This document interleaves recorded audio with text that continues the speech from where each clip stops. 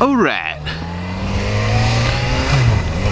So today we're out in the very nice looking Port Orchard.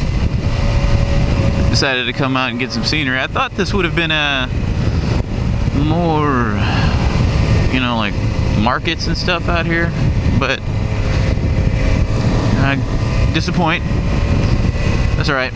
So I decided to address the elephant in the room that a lot of people ask and are thrown back by is why you should even bother motovlogging. And there's a lot of answers to that. All different answers, but they're all kind of related at the same time. I think I guess I'll tackle the more boring reasons first. And that is as easy as, let's say I got in a collision. There's no such thing as a car accident. There's only collisions because somebody fucked up. So it wasn't accidental. One of the 2 or 3 people did something wrong. Anyway. And that'll help me with insurance. If police get involved, anything like that. If they see me in a video driving correctly and I still get hit or rear-ended or somebody swerves into my lane and makes me drop my bike, anything like that, you have video evidence to support whatever your argument is if anybody's trying to give you crap about it. I have to imagine that helps with the insurance. They do that in Russia. A lot of people have dash cams and crap in Russia. It's one of my favorite things to YouTube is Russian driving. Those people are crazy. And almost all of them have dash cams because of insurance scam stuff that goes on out there. But yeah, that's the first and foremost, is legal and insurance stuff like that. Secondly, if you're kind of one of the people who, you know, says you want to ride a motorcycle, but you know your attention span isn't all there, because you do have to pay a lot of attention. Is that how I would say it? You have to pay attention all the time when you're riding a bike. I believe the sensory thing is like there are 10,000 frontal lobe fires or something while you're riding a bike. I don't know what the statistic is, but you really have to pay attention. So if you're motovlogging and you're talking about your surroundings constantly, I mean, you're going to constantly look around because nobody wants to see motovlog, which is this, you know, the whole time is just the street and me talking. You know, you're going to want to see what I'm looking at, and you want to look around, and you're going to make commentary on things, and that helps to make you look at it, and you're going to pay attention to it, and it's there. Like, I see these 2 cars and how that Civic, you know, threw itself into my lane there because of this mail truck, even though that Civic could have easily fit right there. It's fucking bad driving. But it just makes you pay attention to your surroundings more, which in turn will make you, you know, you'll be a more attentive driver.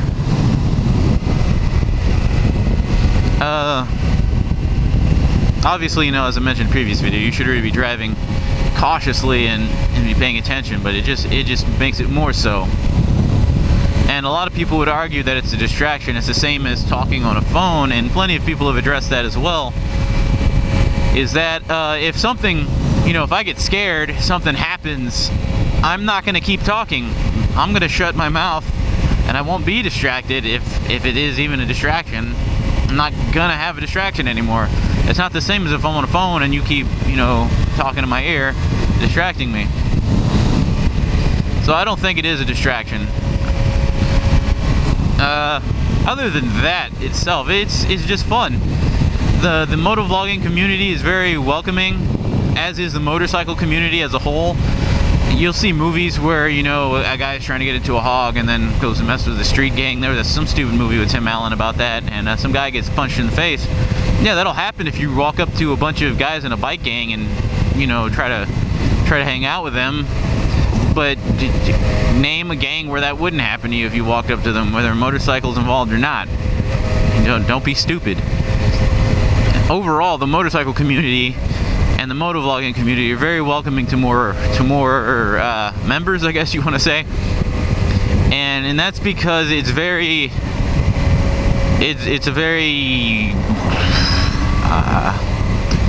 trying to think of a way to say people in cars tend to freaking hate us, no matter what we're doing.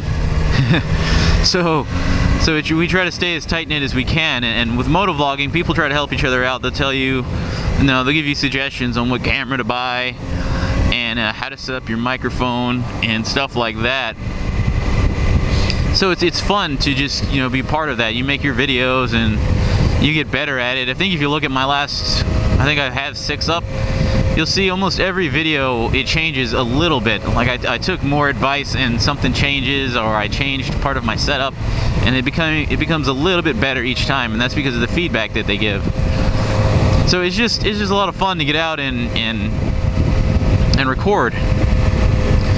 And as most bikers will say anyway, most of us are constantly having conversations in the helmet by ourselves anyway. It's just gonna happen, so why not record some of those conversations that we're having? Which is why I figured I should get a camera and everything, because I'm always making some kind of stupid noise or voice or making commentary while I'm riding. So screw it, just record it and see if other people enjoy hearing me talk about stupid things and making pretty lame jokes. Batman doesn't make lame jokes. They're just so complicated you can't understand them. It looks like this dude's on his way to a date. Single rose. Hope it goes well, dude. But yeah, it's just fun to motovlog. And you never know what you're gonna capture. You never really know what you're gonna see while you're out there. And that goes with everything. I mean, if you could take a camera wherever you can go, then take the thing.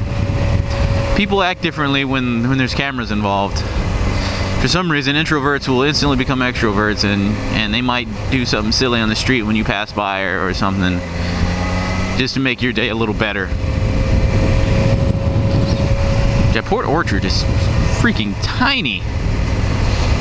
So if you can, if you're just a complete beginner and you don't know what you're doing on a motorcycle yet, I wouldn't worry about stuff like this. I mean, I don't have tons of experience at all, like not in any regard. I had my first bike for all of 2 months or something like that.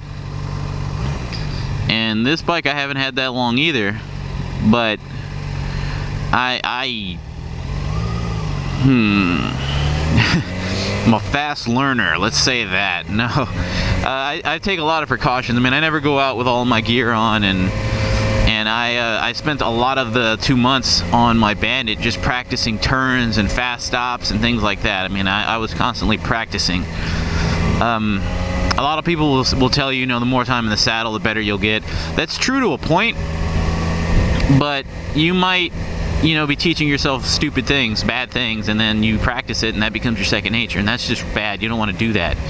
What I do suggest everybody does, I'm not one for telling everybody you need to go watch videos, but there is a video that I think is very important, especially to people who have never been on a bike and are interested in it. Go ahead and I think you can buy it on Amazon, but the whole video is on YouTube. Just Google. You can Google it too. I mean, Google and YouTube are the same freaking thing. Look up Twist of the Wrist 2, and that's just a whole video talking about how to turn on your motorcycle, how to go into turns, whether or not you actually want those super deep leaning angles that you see everybody do and you're all excited about. And it's a really good video about how to take care of yourself in turns and how to prepare for them. Yeah, just on an overall, motovlogging is awesome. The community is very welcoming. So if you just go to like a motovlogging, I think I go to motovlogging.com is where I go. It's a forum. I think that's the website. You can just Google that and it'll go to a forum, and they'll help you out if you introduce yourself and ask around, and they'll just say you're interested in it. And there's a lot of sections that tell you what's the cheapest stuff to go buy. Like this little camera down here that's recording me from the tank, I think is the best intro camera for motovlogging. It only cost me 129 bucks. It doesn't have good audio, but what I did before I went and bought my my Hero 3 is I just recorded myself on a cell phone and just synced up the audio and the video, and that's how I was doing my first couple of videos. I went out and bought the Hero 3 because I got tired of syncing, And I knew that I wasn't gonna just stop doing this. Like I knew I would invest the time and effort to motovlog, so it wasn't gonna be a waste of money on the cameras.